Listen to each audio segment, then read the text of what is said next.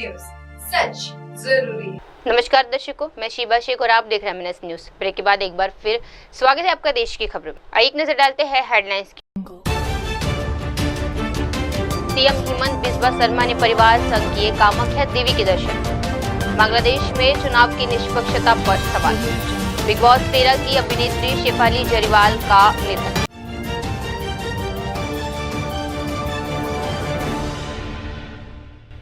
आप देख रहे हैं MNS न्यूज, सच जरूरी।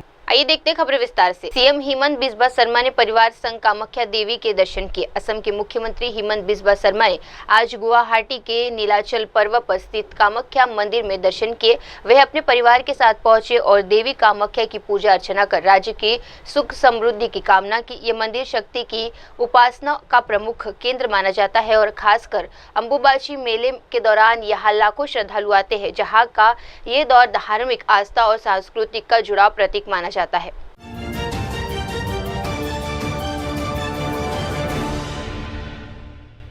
आप देख रहे हैं MNS न्यूज, सच जरूरी। आइए बढ़ते हैं अगली खबर की ओर। बांग्लादेश में चुनाव की निष्पक्षता पर सवाल।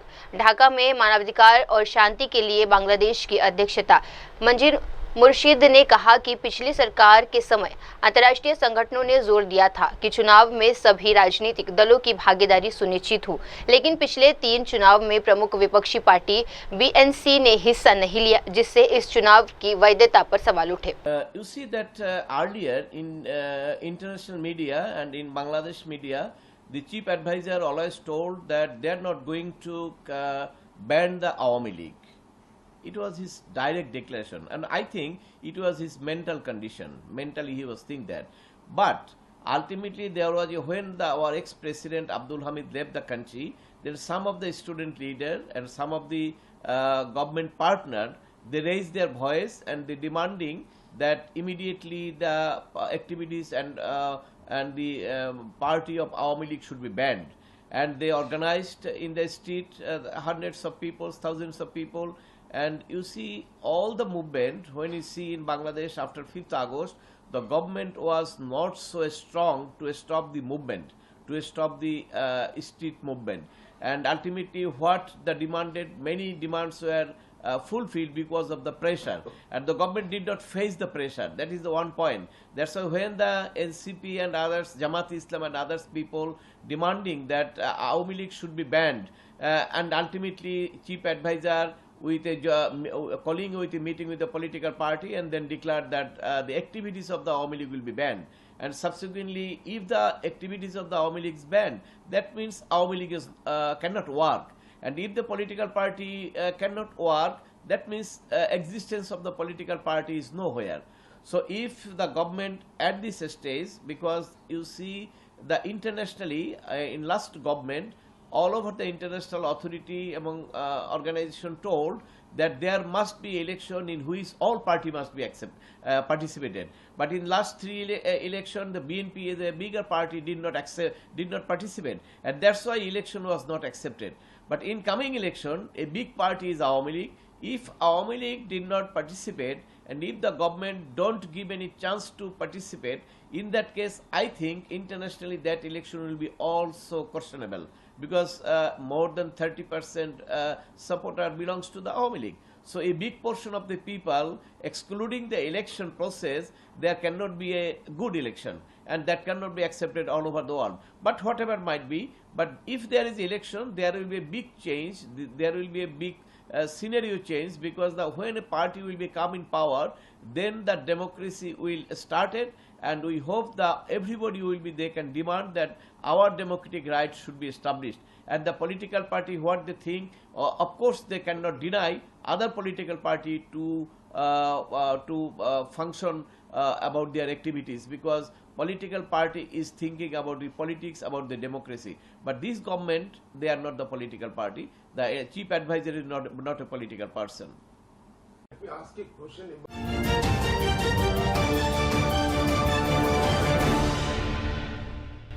आप देख रहे हैं MNS न्यूज, सच जरूरी। आइए बढ़ते हैं अगली खबर की ओर। बिग बॉस 13 की अभिनेत्री शेफाली जरीवाला का निधन। बिग बॉस 13 से लोकप्रिय हुई अभिनेत्री शेफाली जरीवाला का 42 वर्ष की उम्र में निधन हो गया। अंधेरी के लोखंडवाला इलाके में उनका निवास स्थान है, जहां आज उनके परिवार, दोस्त और प्रशंसकों की भारी भीड़ देखी गई। यहां शोक की माहौल है और कई लोग उन्हें अंतिम श्रद्धांजलि देने आए हैं।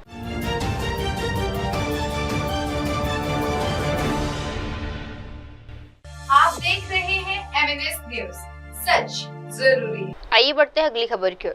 श्री राम मंदिर में अब सिर्फ 1 लाख घन फीट पत्थर का काम बाकी, बोले नृपेंद्र मिश्रा। अयोध्या में भव्य श्री राम मंदिर का निर्माण कार्य तेजी से चल रहा है और अब इसमें एक अनूठा तकनीकी पहलू भी जुड़ गया है। श्री राम जन्मभूमि तीर्थ क्षेत्र निर्माण समिति के अध्यक्ष नृपेंद्र मिश्रा ने बताया कि मंदिर की खिड़कियों की ग्रिल देश में पहली बार टाइमटेलियम धातु से बनाई जाएगी। मिश्रा ने के मुताबिक टाइमटेलियम की उम्र 1000 साल से भी अधिक होती है और ये अन्य धातुओं की तुलना में बेहद हल्की और टिकाऊ होती है। उन्होंने कहा कि ये निर्णय मंदिर को दीर्घकालीन संचालन और सुरक्षा को ध्यान में रखते हुए लिया गया है।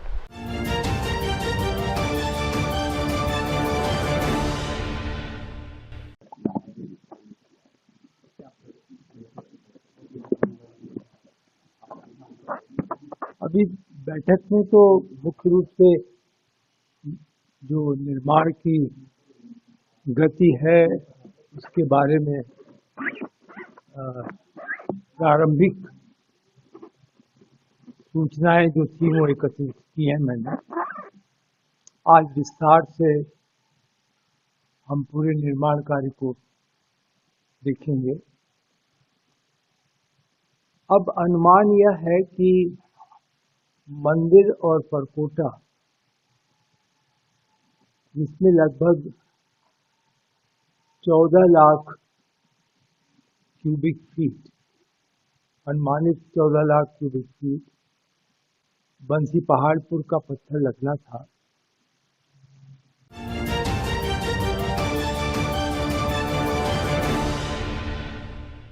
अब अवशेष केवल 1 लाख क्यूबिक फीट रह गया है। बाकी सभी कार्य जो बंसी पहाड़पुर के पत्थर से मंदिर और परकोटा में किए जाने हैं, अनुमानित आप समझेंगे 13 लाख क्यूबिक फीट का उपयोग किया जा चुका है। मंदिर में जो राम कथा लोअर प्लिंथ पे है,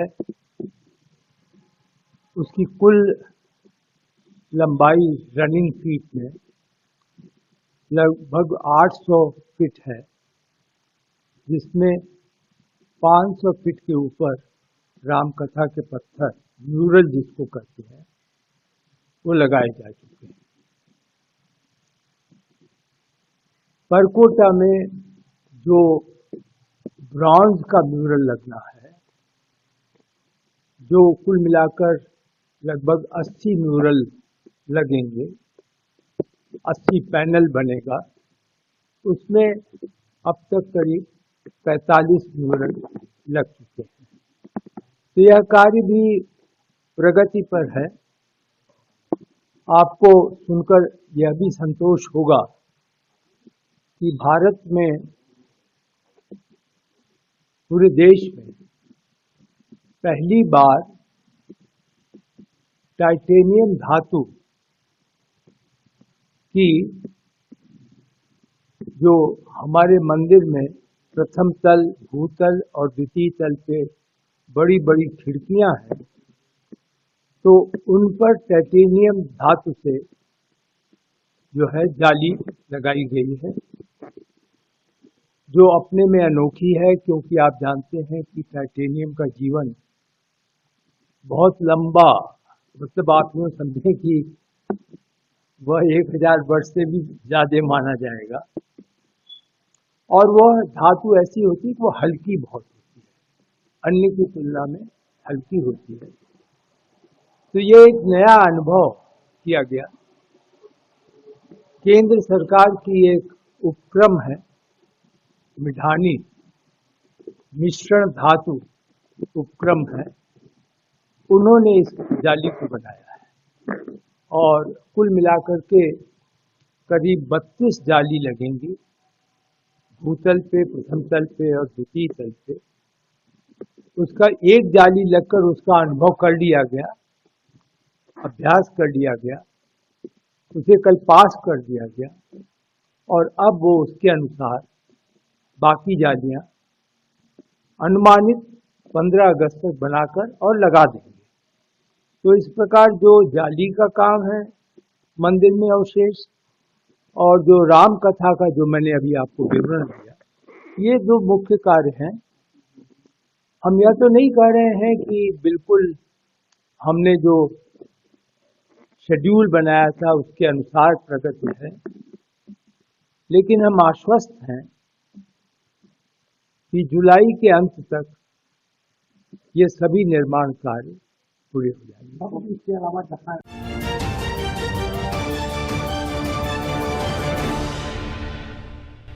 आप देख रहे हैं MNS न्यूज, सच जरूरी। आइए बढ़ते हैं अगली खबर की ओर।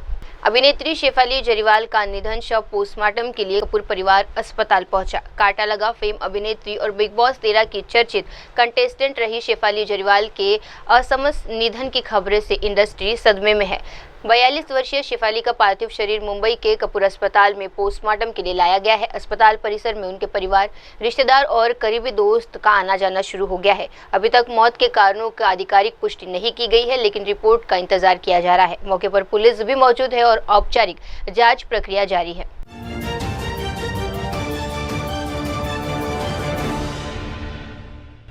आप देख रहे हैं MNS न्यूज, सच जरूरी। आइए बढ़ते हैं अगली खबर की ओर। संजय राउत बोले 10 सालों से हो रहा कानून का दुरुपयोग। मुंबई में शिवसेना उद्धव ठाकरे गुट के वरिष्ठ नेता और सांसद संजय राउत ने एक बार फिर केंद्र सरकार और संवैधानिक संस्थाओं पर निशाना साधा है। राउत ने आरोप लगाया कि पिछले 10 वर्षों से देश में कानून और व्यवस्था का दुरुपयोग किया जा रहा है। सुप्रीम कोर्ट और चुनाव आयोग जैसी संस्थाओं ने भी शिवसेना और एनसीपी, एससीपी के साथ न्याय नहीं किया। उन्होंने सवाल उठाया कि क्या ये फैसले दबाव में किए जा रहे हैं और अगर हाँ तो कौन दबाव बना रहा है। तो न्याय व्यवस्था को यूज किया जाता है, खास करके 10 साल में हो गया है। ये चीफ जस्टिस साहब को मालूम होना चाहिए। जिस तरह से शिवसेना, बाला साहब ठाकरे की ओरिजिनल शिवसेना, शरद पवार साहब की राष्ट्रवादी कांग्रेस पार्टी, दोनों के ऊपर जिस तरह से न्यायालय ने भी अन्याय किया है, सुप्रीम कोर्ट ने अन्याय किया है, चुनाव आयोग ने अन्याय किया है और सब लोग चुप बैठे हैं। एक पार्टी जो बाला साहब ठाकरे जी ने बनाई, शरद पवार साहब ने बनाई, उस पार्टी को आप खींचकर हमारे हाथों से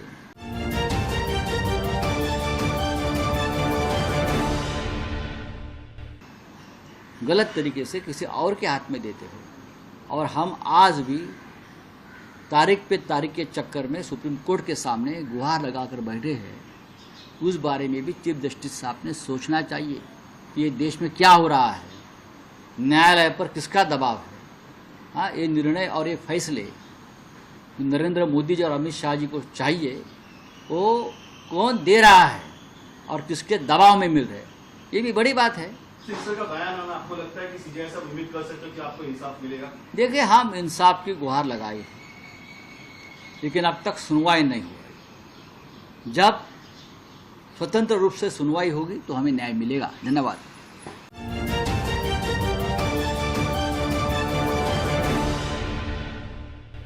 आप देख रहे हैं MNS न्यूज, सच जरूरी। आइए बढ़ते हैं अगली खबर की ओर। टीएमसी सांसद डेरेक ओब्रायल का चुनाव आयोग पर गंभीर आरोप। टीएमसी सांसद डेरेक ओब्रायल ने चुनाव आयोग पर गंभीर आरोप लगाए हैं। उन्होंने कहा कि आयोग बिहार में मतदाता सूची के विशेष गहन संशोधन की शुरुआत कर चुका है, जिससे अब पश्चिम बंगाल में भी लागू किया जा रहा है। इस प्रक्रिया के तहत जुलाई 1987 से पहले जन्मे लोगों को अपने जन्म और जन्म स्थान का प्रमाण देना होगा। जुलाई 1987 से दिसंबर 2004 के बाद जन्मे लोगों को अपने साथ दोनों माता पिता के जन्म और जन्म स्थान का प्रमाण देना होगा। उन्होंने बताया कि आरोप है कि यदि ये दस्तावेज 1 महीने के भीतर जमा नहीं किए गए तो मतदाता सूची से नाम हटा दिए जाएंगे। The EC, which we know, just a little bit of background, the special intensive revision of the electoral rolls starting in Bihar, and then they said they'll follow it up in Bengal. You already know what the new rule which they are proposing, new and existing voters before January 1987 will have to prove their birth and their birthplace if you were born before 1987.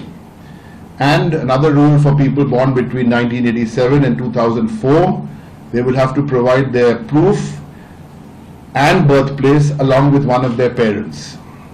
People born after 2004 will have to submit proof of birth and birthplace for themselves as well as their parents.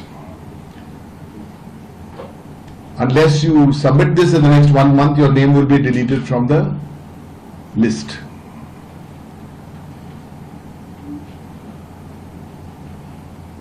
Our chairperson raised this issue first. See, the EC is a constitutional body. We respect that.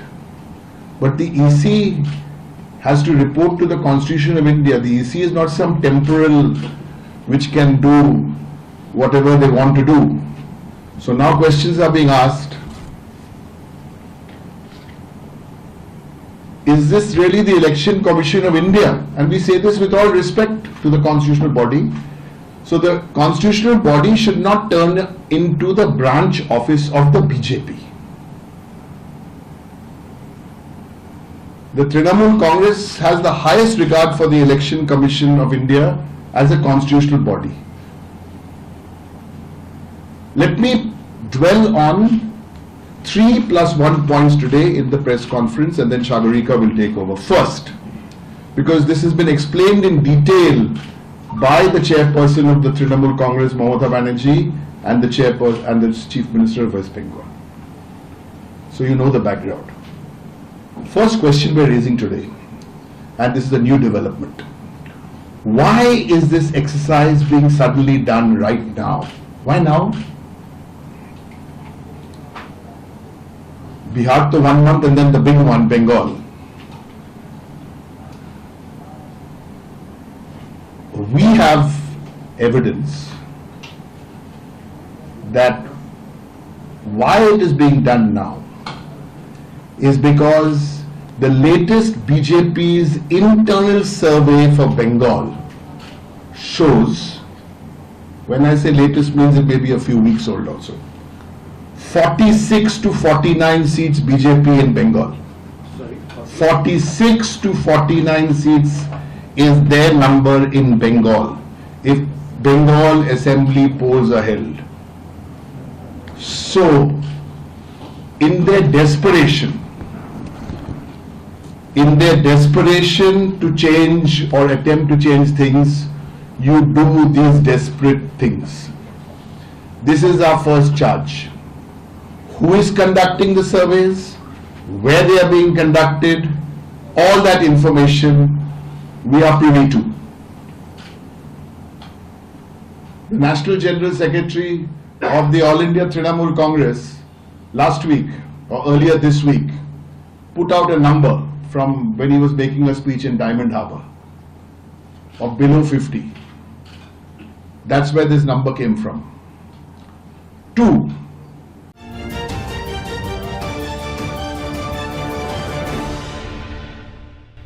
आप देख रहे हैं MNS news, सच जरूरी। आइए बढ़ते हैं अगली खबर की ओर। डीएम के प्रवक्ता बोले 2026 में एनडीए सरकार बनना सिर्फ कल्पना। तमिलनाडु में 2026 विधानसभा चुनाव को लेकर सियासी बयानबाजी तेज हो गई है। डीएमके के प्रवक्ता सर्वरण अन्नादुरई ने भाजपा और एआईएडीएम के गठबंधन को टूटता हुआ समीकरण बताया है। उन्होंने बताया कि एनडीए की सरकार बनना सिर्फ एक कल्पना है क्योंकि गठबंधन खुद ही स्पष्ट नहीं है। उन्होंने तंज कसते हुए कहा कि जब केंद्रीय मंत्री हमेशा गठबंधन की सरकार का दावा करते हैं, उस समय नेता कहते हैं कि जनता इस गठबंधन को स्वीकार नहीं करेगी। उन्होंने आरोप लगाया कि भाजपा और एआईएडीएमके एकजुट नहीं है और डीएमके के खिलाफ उनकी राजनीतिक बिखरी हुई है। 2026 NDA forming a government here is a fantasy. It will not happen here in the state of Tamil Nadu. The alliance itself does not gel whether it is among the leaders or on the ground, there is absolutely no chemistry between the BJP and the ADMK parties. The leaders making statements contrary to each other's views. Mr. Amit Shah saying that there is going to be a coalition government, and the ADMK leaders, Mr. Vaige Chelvan, claiming that the people of Tamil Nadu will not accept coalition governments. So we don't know what's going on. They are not able to. The main reason, one of the main reasons why the alliance is not able to get their act together is because they are not able to mount an attack on the DMK, an attack which will resonate with the people. People are happy here. There is a pro-incumbency wave in favor of the DMK party. So they are not able to have a coherent attack or a coherent policy against the DMK. That is the reason the alliance is not, the alliance is fumbling. This is going to continue, and we have all known how the BJP gobbles its allies. We have seen that happening in Maharashtra and various other states. That fate should not happen to the ADMK party. The ADMK leaders, selfish to protect their own interest, are betraying the interest of the ADMK cadres and the people of Tamil Nadu by allying with the BJP. So there has been a speculation following, like Amit Shah mentioned that Chief Minister candidate from ADMK, but he didn't mention the name of Edappadi K. Palaniswamy. On social media, there has been a speculation like who will be the CM candidate. ADMK says that DMK is twisting the statement. Even Nayanar Nagendran says that DMK is in fear after Amit Shah visits Tamil Nadu. See, there is a sinister motive behind all this, calculated attempts. We all know it is the ploy of the BJP in every other state not to name a chief ministerial candidate. But here, ADMK is the bigger ally, and the ADMK claims EPS will be its chief ministerial face. But Mr. Amit Shah has deliberately omitted mentioning Mr. Edappadi Palaniswamy, because there are rumors which say there are other party leaders who are aspiring to become the chief minister's face if Mr. Edappadi Palaniswamy does not listen, does not toe the line of the BJP completely. So we'll have to wait and see how this is going to pan out. But what we can clearly see is the selfish interest and the greed of the ADMK ex-ministers are sounding, or they are playing a death knell to the prospects of ADMK here in the state of Tamil Nadu. So ADMK once again raises concern over women's safety with a few incidents in Tamil Nadu. For example, in IIT there has been a sexual harassment against a 22 years old girl. How DMK sees this? But see, it is become a fashionable thing to say that every crime that is happening in the state of Tamil Nadu pin it on the government. If that is the case, if that is how you do politics, then nobody can rule without any issues like this cropping up. The ADMK, if you look at the Twitter handles of all the prominent ADMK members, they'll say no to drugs. But the recent drug haul and the arrest of a famous actor points out how drug cartels have penetrated the ADMK's upper ring. The investigation is going on. We will come to know who are all involved in this and what moral right they've got to speak about drugs or law and order when they have all the rowdies. BJP has all the rowdies as their cadres, and now all the ADMK functionaries are caught violating the law. What business, what moral right they've got to speak about law and order? And we can assure you that DMK is a party which has never ever compromised on law and order, howsoever high they may be. The law is above them and action will be taken against.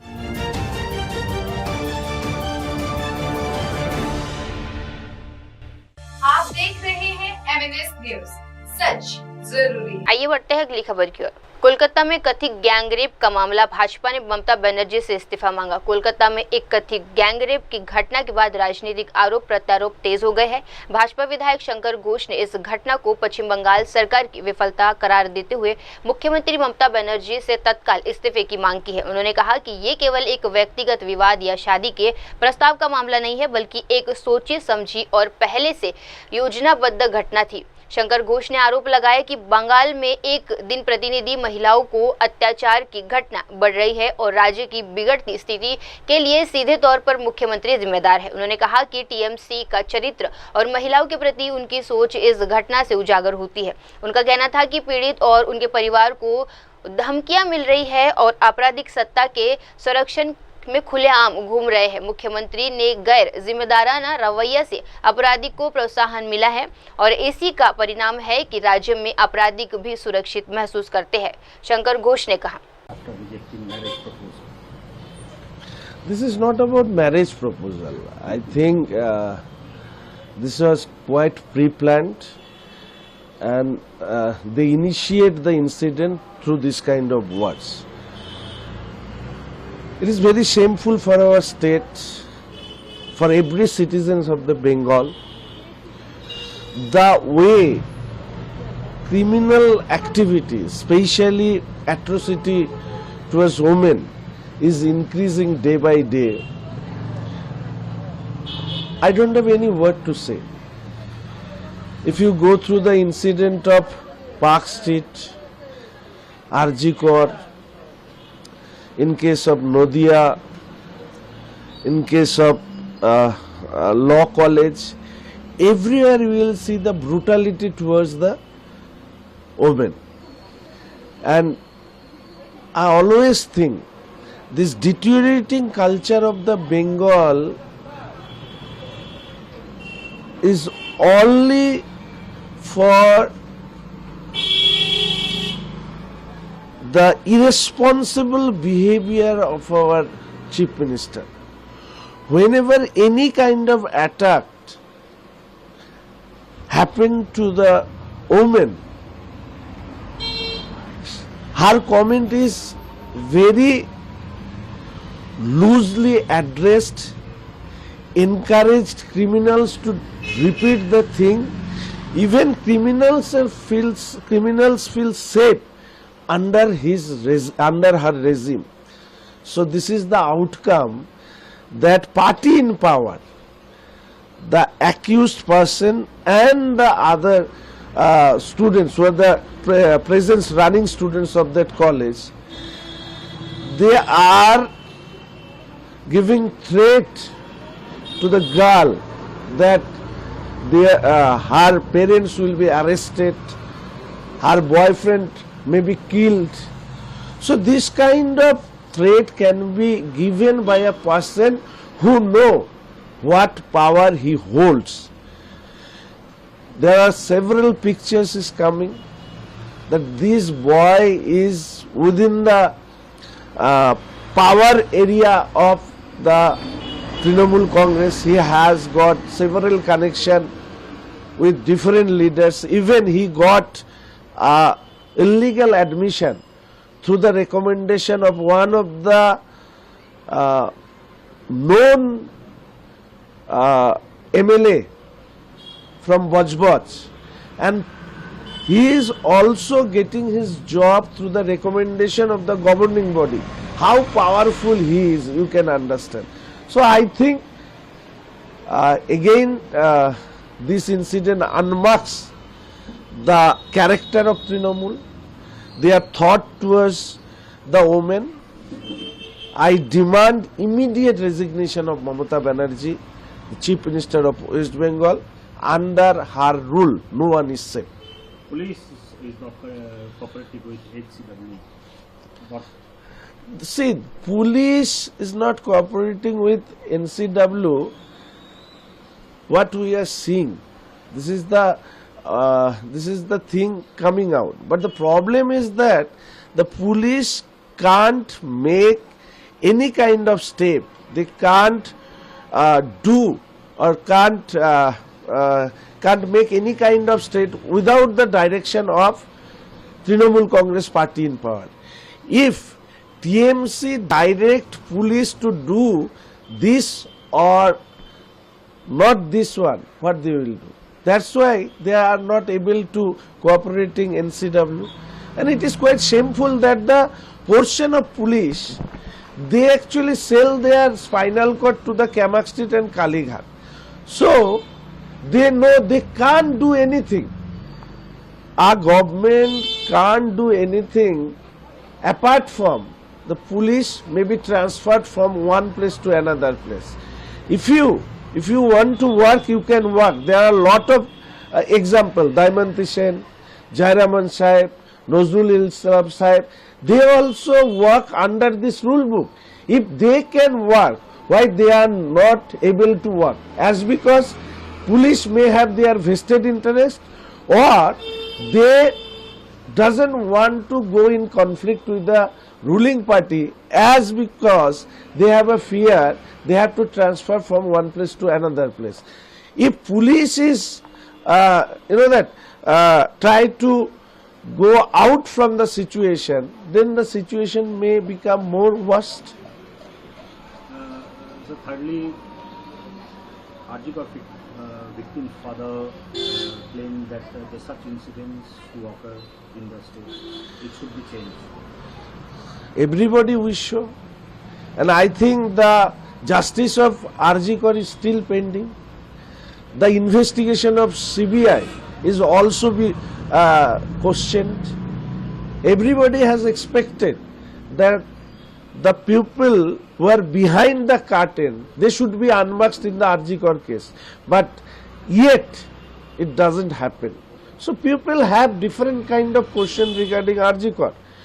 In case of this particular case, it is not about arresting 3 people, 3 students, but who pushed them, who make them so powerful that they can do anything. They direct principal, vice principal, they forcefully make sure that the security guard to be sit outside the campus. How powerful they are. Where from this power came? That question should be addressed, and in that case you will find that the leaders of the Trinamool are the most culprit, they are the most culprated component of this incident. For the leaders of the Trinamools, these people are getting more power and power to do such criminal activities. Are you going to raise your voice against this incident? Yeah, everywhere, and in our state today there will be a massive protest under the leadership of our state president Dr. Sukanta Majumdar in Kolkata, as well as in every district town. We will do the same, and we will continue the protest because the deteriorating situation cannot be changed without the end of TMC regime. So our target to secure women through the outstate of Mamata Banerjee. So what about the women claimed against rape case against Kartik Maharaj? See, I respect Kartik Maharaj. He is one of the men who raised his voice against this autocratic government. He tried to consolidate Hindu community, and I understood these kind of activities as because it is going against the government. So this type of allegation is coming. Incident happened in the 2012 or 13. It is coming into the floor in the surface in the 2025. I think law will take its own course, but as he is not our party member directly, I can comment on him as a party member, but my support is always goes to Kartik Maharaj, and I know he will come out with clean.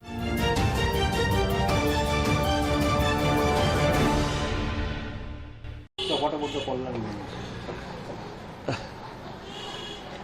See, it shows his taste specifically. Question is about, it is not about the friendship. The way Trinamool cadres is educated by the TMC leaders, it is the reflection of that kind of education through Kalyan Banerjee's statement. He is blaming the friends or the relationship among the students. Now he is ignoring the fact, the mentality of a leader, that is always come from the senior leaders. So they treat the leaders in this way. They are educated by this kind of leader. That's why they can do such a criminal activity, such a heinous activity to a friend. It is the clear indication the way Trinamool Congress leaders, they talk, they behave, they treat, they educated the cadres of the Trinamool Chhatra Parishad, the Trinamool Congress as a whole.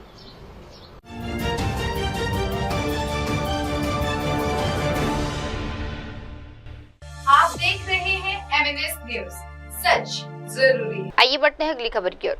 CR Keshavan बोले, ममता बनर्जी महिलाओं की सुरक्षा के प्रति असंवेदनशील। CR Keshavan ने पश्चिम बंगाल की मुख्यमंत्री ममता बनर्जी और उनकी पार्टी टीएमसी पर तीखा प्रहार किया है। उन्होंने कहा कि ममता बनर्जी के नेतृत्व में बंगाल में महिलाओं की सुरक्षा खतरे में है।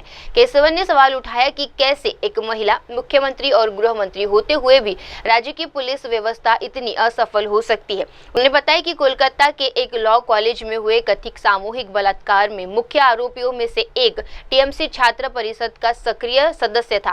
उन्होंने ये भी सवाल उठाया कि एक टीएमसी सदस्य को कॉलेज में इतनी आसानी से कैसे पहुंच मिली, जबकि वे हर उस कॉलेज का छात्र नहीं है और वे छात्रों को बुलाने में इतना प्रभावशाली कैसे हुआ है।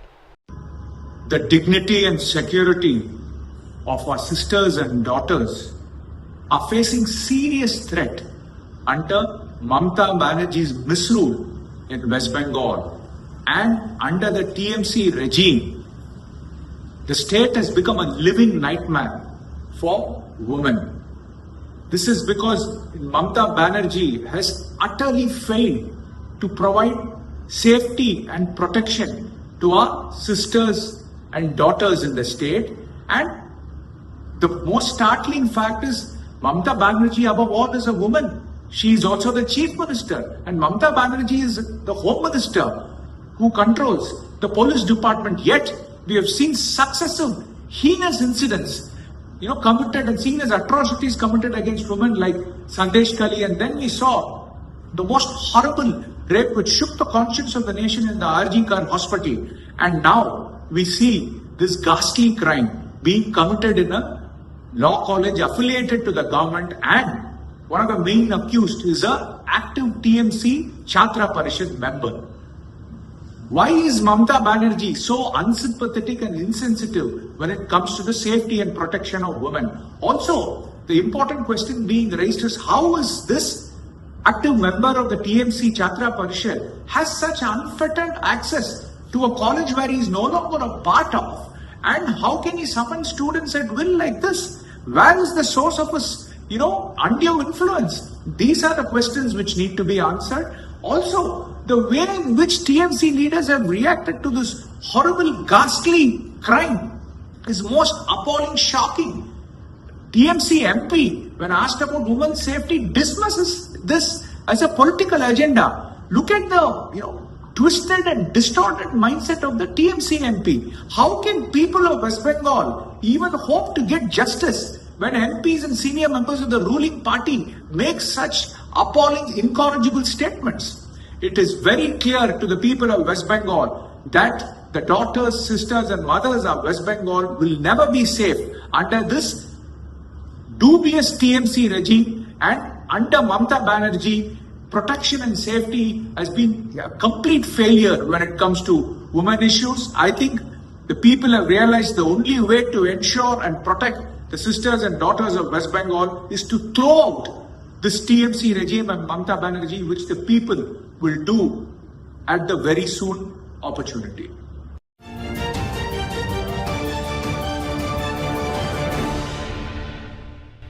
आप देख रहे हैं MNS न्यूज, सच जरूरी है। आइए बढ़ते हैं अगली खबर की ओर। नीतीश कुमार ने 21,391 पुलिस कर्मियों को नियुक्ति प्रमाण पत्र सौंपे। बिहार की राजधानी पटना में एक भव्य समारोह के दौरान मुख्यमंत्री नीतीश कुमार ने 21,391 नए पुलिस कर्मियों को नियुक्ति प्रमाण पत्र प्रदान किए। इस अवसर पर उन्होंने कहा कि राज्य में कानून व्यवस्था बनाए रखना सरकार की प्राथमिकता है और नई पुलिस भर्ती इसके लिए एक महत्वपूर्ण कदम है। नीतीश कुमार ने कहा कि इन जवानों से उम्मीद है कि वे जनता की सुरक्षा और सेवा में पूरी तरह निष्ठा से काम करेंगे। उन्होंने कहा कि समर्पण, ईमानदारी और अनुशासन पुलिस कर्मियों के लिए सबसे जरूरी गुण है।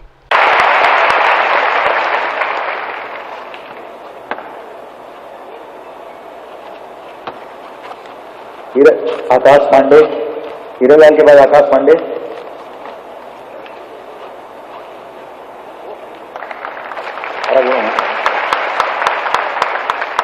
अंकित कुमार, इसके बाद बढ़िया गए।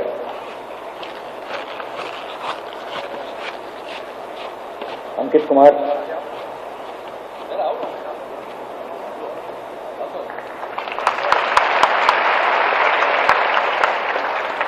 सोनू कुमार,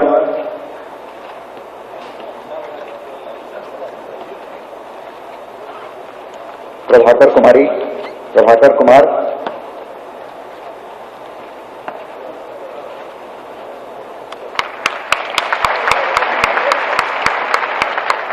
चंचल कुमारी इसके बाद आएंगी।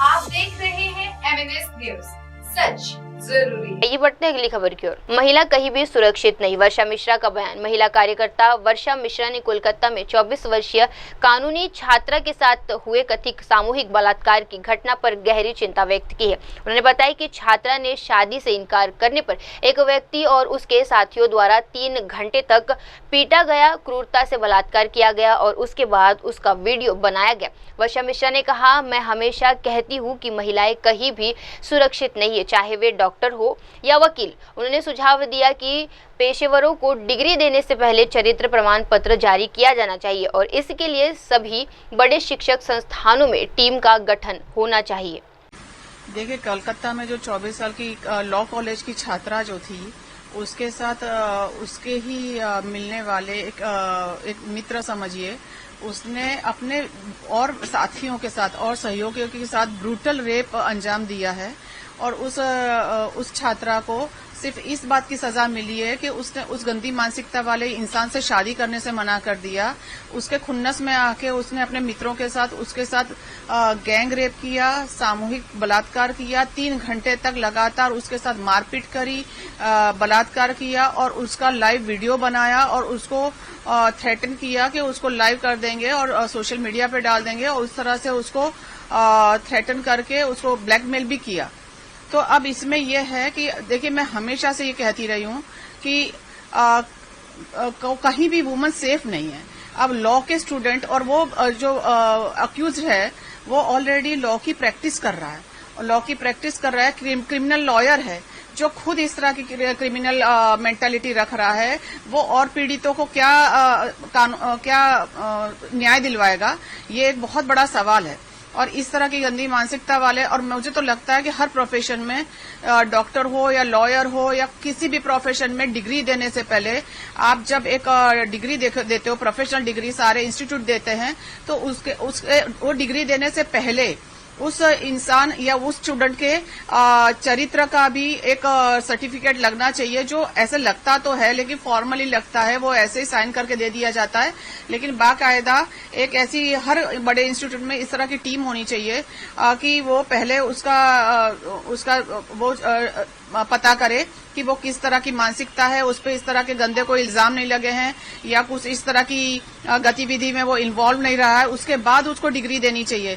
क्योंकि ये डिग्री लेके फिर समाज में खुले घूमते हैं और उसके पंजे में, उसके शिकंजे में कितने पीड़ित लोग जो सही में बहुत तकलीफ में होते हैं और अपने पैसा खर्चा करके इन प्रोफेशनल्स के पास जाते हैं, तो जो खुद ही इस तरह की मानसिकता वाला होगा वो किसको क्या न्याय दिलाएगा। और दूसरी चीज ये है कि वो जो पीड़िता है उसके लिए हमें मतलब ये कहते हैं कि स्त्री में एक सिक्स्थ सेंस होती है कि जो इंसान को पहचानती है, तो कहीं ना कहीं उसको सही बुरे की समझ थी, तभी उस लड़की ने उससे शादी के लिए मना किया। ये भी एक बात है। और दूसरी चीज ये है कि देखिए आज की दुनिया में लोग इतना प्रिटेंड करते हैं और लड़कियों को भरमाने के लिए, लड़कियों को बरगलाने के लिए इस तरह की बातें और इस तरह का बिहेवियर करते हैं कि उनकी जो असलियत होती है वो बहुत लेट सामने आती है बहुत, और वो भी समझने वाले समझ पाते हैं, कई बार उनका असली चरित्र तो समझ में भी नहीं आता है। तो उस लड़की के साथ जो भी हुआ और जिस तरह से हुआ वो बहुत दुखनीय है। और जब कानून व्यवस्था की पढ़ाई करने वाले ही इस तरह की गतिविधि करेंगे तो हम किसके पास जाएंगे। आज वही लॉयर बनेंगे, कल वही जज बनेंगे और वही हमारे जीवन के फैसले तय करेंगे। हमारी जीवन मृत्यु, हमारे कैद या कितने साल की सजा होनी है, या क्या आप आरोपी हो नहीं हो, या आपको जामीन मिलनी है कि आपको छोड़ देना है, वो ये तय करेंगे। इनके हाथों में कितने लोगों का जीवन होगा, ये आप सोचिए। तो ऐसे जो अक्यूज होते हैं, स्पेशली मैं ये कहती हूँ कि जिनका समाज में एक स्थान होता है, चाहे वो नेता हो, चाहे डॉक्टर हो, चाहे प्रोफेशनल्स किसी तरह के हो, लॉयर हो, उनके ऊपर तो एक आम आदमी से ज्यादा कड़ी सजा होनी चाहिए, क्योंकि वो पढ़े लिखे हैं, वो सारी कानून, सारे कायदे जानते हैं कि हमारे देश में किस चीज की क्या सजा होती है। उसके बावजूद इस तरह के दुष्कर्म करते हैं, तो उनको तो सिर्फ फांसी से छोटी कोई सजा होनी ही नहीं चाहिए।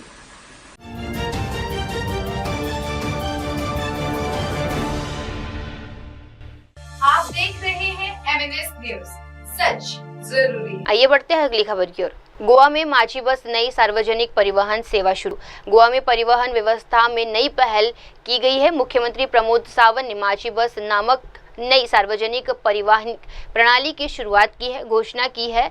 इसका मकसद राज्य में सार्वजनिक परिवहन को आधुनिक, सुलभ और किफायती बनाना है। प्रमोद सावंत ने बताया कि इस योजना के तहत डिजिटल प्लेटफॉर्म से जुड़े वाले सभी निजी बस मालिकों को 3 रुपए प्रति किलोमीटर की सब्सिडी दी जाएगी, जिससे निजी बस संचालकों को प्रोत्साहन मिलेगा और यात्रियों को बेहतर सेवा मिलेगी। माझी बस न्यू पब्लिक ट्रांसपोर्ट सिस्टम आज हमने इंट्रोड्यूस किया है। इस कार्यक्रम में मेरे साथ में हमारे transport minister mister Mauvin Godinho और KTC chairman Shri Ullas Naik Tuenkar along with the director transport and MD, बाकी सभी प्राइवेट बस ओनर एसोसिएशन के मिस्टर तामनकर और बाकी सभी लोग यहाँ पे मौजूद हैं।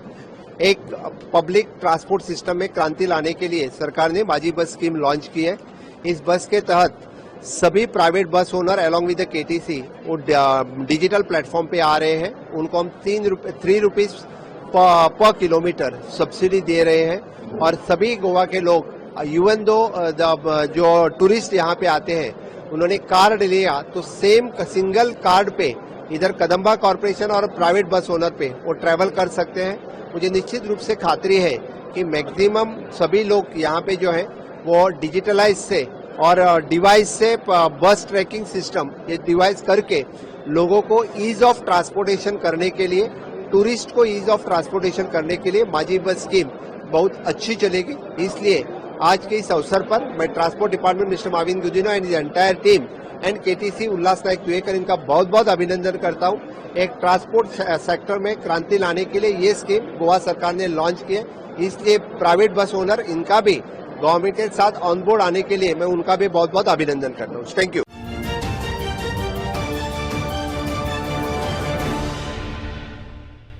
आप देख रहे हैं MNS न्यूज, सच जरूरी। आइए बढ़ते हैं अगली खबर की ओर। जसपुर में कृषि बागबानी एक्सपो और क्रेता विक्रेता सम्मेलन शुरू। जसपुर में चल रहे कृषि बागबानी एक्सपो और क्रेता विक्रेता सम्मेलन को छत्तीसगढ़ के मुख्यमंत्री विष्णुदेव साय ने अत्यंत महत्वपूर्ण बयान दिया। उन्होंने कहा कि ये 2 दिवसीय सम्मेलन किसानों के लिए एक बड़ी उपलब्धि साबित होगा, जो उनकी आर्थिक स्थिति मजबूत करने में मदद करेगा। मुख्यमंत्री ने जिला प्रशासन की सराहना करते हुए कहा कि इस आयोजन में कृषि क्षेत्र की प्रमुख कंपनियों के प्रतिनिधि भी मौजूद है, जो किसानों से संवाद कर समझौता करेंगे।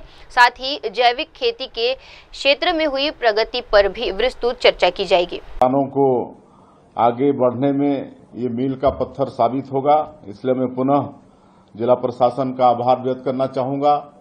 और आप सबको मालूम है कि हमारा ये देश कृषि प्रधान देश है। हमारा ये छत्तीसगढ़ ये भी धान का कटोरा कहलाता है।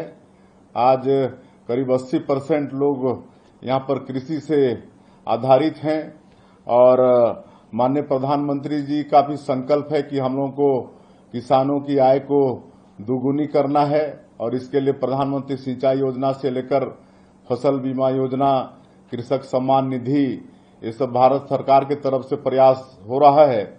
और हम लोग छत्तीसगढ़ में भी किसानों को आगे बढ़ाने के लिए एक तो 21 क्विंटल धान प्रति एकड़ खरीद रहे हैं, 3100 रुपया 1 क्विंटल में कीमत दे रहे हैं, अंतर की राशि को भी एकमुश्त दे रहे हैं।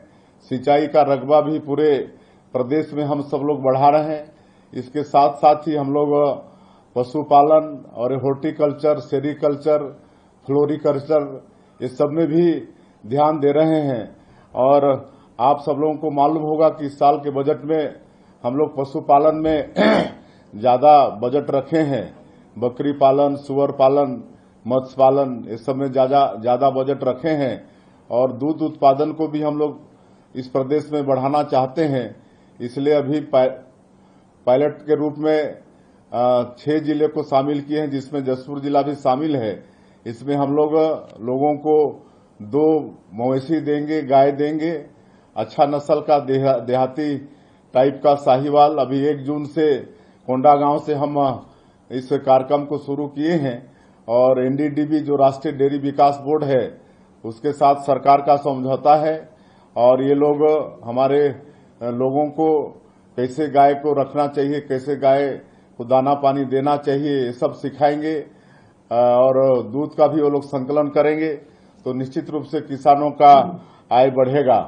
और आजकल हॉर्टिकल्चर में भी, फ्लोरिकल्चर, सेरिकल्चर इस सब में भी बहुत स्कोप है और जसपुर में तो बहुत ही स्कोप है। यहाँ पर आज यहाँ पर वर्षों से आम हो रहा है, लीची हो रही है, यहाँ पर कटहल भारी मात्रा में मिलता है और अब तो आपका सेव भी होने लगा है।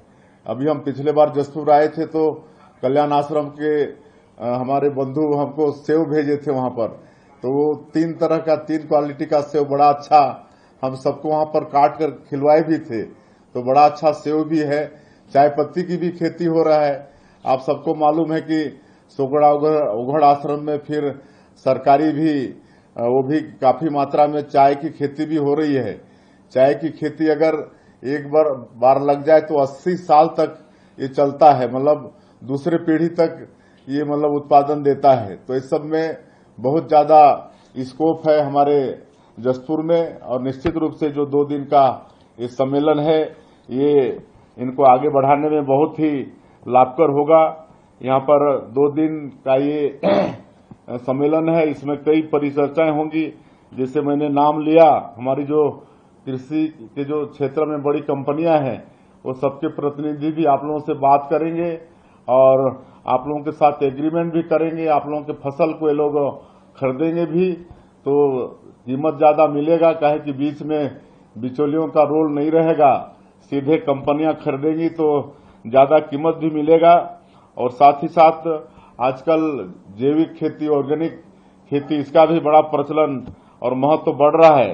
तो नाबार्ड और एपेडा जैसे जो संस्था हैं वो भी ये 2 दिन के अंदर में आप सब लोगों को कैसे सब क्षेत्र में, ऑर्गेनिक क्षेत्र में कैसे आगे बढ़ा जाए, इस पर आप लोगों से चर्चा करेंगे। कुल मिला के मैं हमारे जसपुर जिले के किसान बंधुओं को बहुत बहुत धन्यवाद देना चाहूंगा। और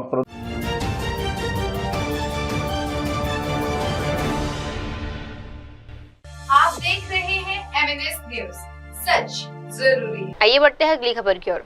देहरादून में all India oil sector meet आयोजित। उत्तराखंड की राजधानी देहरादून में देश के प्रमुख तेल और गैस क्षेत्र की बैठक all India oil sector meet का आयोजन किया गया है। इस मौके पर मुख्यमंत्री पुष्कर सिंह धामी ने कहा कि प्रधानमंत्री नरेंद्र मोदी के नेतृत्व में प्रतिकृति गैस और ONGC क्षेत्र में व्यापक शोध कार्य और अंतर्राष्ट्रीय सहयोग हो रहा है। धामी ने बताया कि इस क्षेत्र में नई तकनीकी और बेहतर प्रौद्योगिकी के माध्यम से अर्थव्यवस्था, पर्यावरण और तकनीकी विकास के बीच संतुलन स्थापित किया जा रहा है। उनका मानना है कि इन प्रयासों से भारत इस क्षेत्र एक वैश्विक शक्ति के रूप में उभरेगा। प्रधानमंत्री जी के बनने के बाद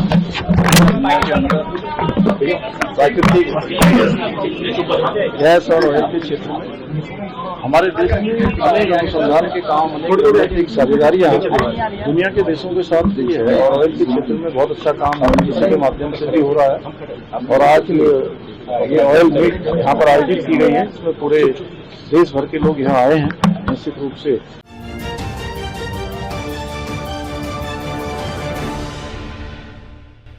आप देख रहे हैं MNS न्यूज, सच जरूरी है। आइए बढ़ते हैं अगली खबर की ओर। दिल्ली के कई हिस्सों में हल्की से मध्यम बारिश। दिल्ली में मौसम ने ली करवट। राष्ट्रीय राजधानी के कई हिस्सों में आज सुबह से ही हल्की सी मध्यम बारिश देखने को मिली। बारिश के चलते तापमान में गिरावट आई है और लोगों को भीषण गर्मी से राहत मिली है। हालांकि बारिश के कारण कुछ इलाकों में जल प्रभाव और ट्रैफिक की जाम की स्थिति भी पैदा हो गई है। मौसम विभाग के मुताबिक आने वाले 24 से 48 घंटों में और बारिश होने की संभावना जताई जा रही है।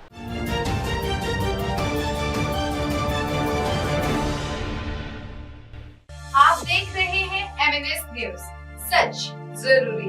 आइए बढ़ते हैं अगली खबर की ओर। कोलकाता लॉ कॉलेज में कथित गैंगरेप के बाद परिसर में CCTV कैमरे लगाए जा रहे हैं। कोलकाता के साउथ कोलकाता लॉ कॉलेज में 25 जून की शाम को हुई कथित सामूहिक बलात्कार की गंभीर घटना के बाद अब सुरक्षा व्यवस्था को लेकर सख्ती बरती जा रही है। कॉलेज परिसर में अब CCTV कैमरे लगाए जा रहे हैं ताकि भविष्य में इस तरह की घटनाओं पर नजर रखी जा सके और निगरानी तंत्र मजबूत किया जा सके।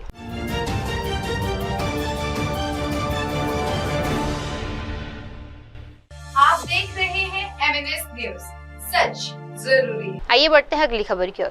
पुरी में रथ यात्रा के दौरान अदानी समूह की प्रसाद सेवा की शुरुआत। पुरी ओडिशा में रथ यात्रा के पावन अवसर पर अदानी समूह ने एक सराहनीय पहल शुरू की है। समूह के चेयरमैन गौतम अदानी अपनी पत्नी डॉक्टर प्रीति अदानी के साथ इकॉन किचन पहुंचे, जहां उन्होंने तीर्थयात्रियों को स्वयं भोजन वितरित किया। अदानी समूह ने 26 जून से 8 जुलाई तक रथ यात्रा की संपूर्ण अवधि के दौरान प्रसाद सेवा कार्यक्रम की शुरुआत की है।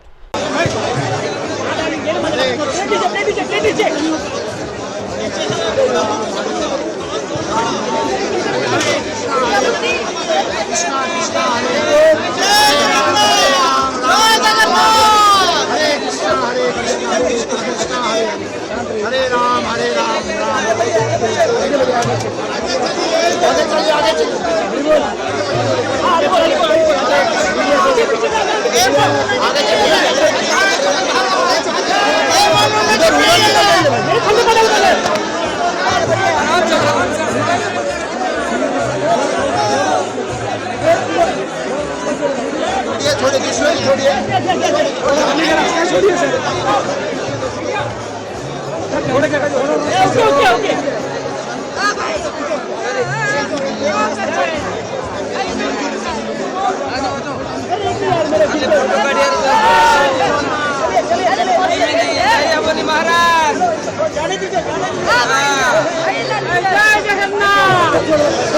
बड़ा मुश्किल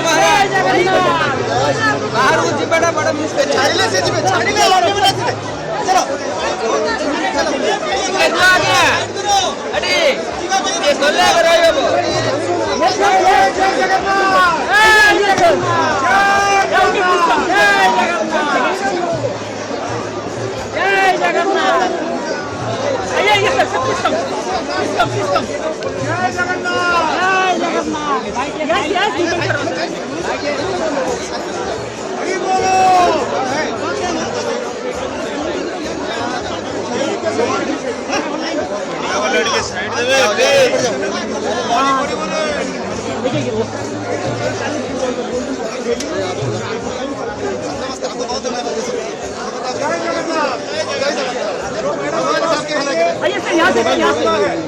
ये सब आप दोनों मिलकर परोस रहे हैं वेरी बढ़िया डिश।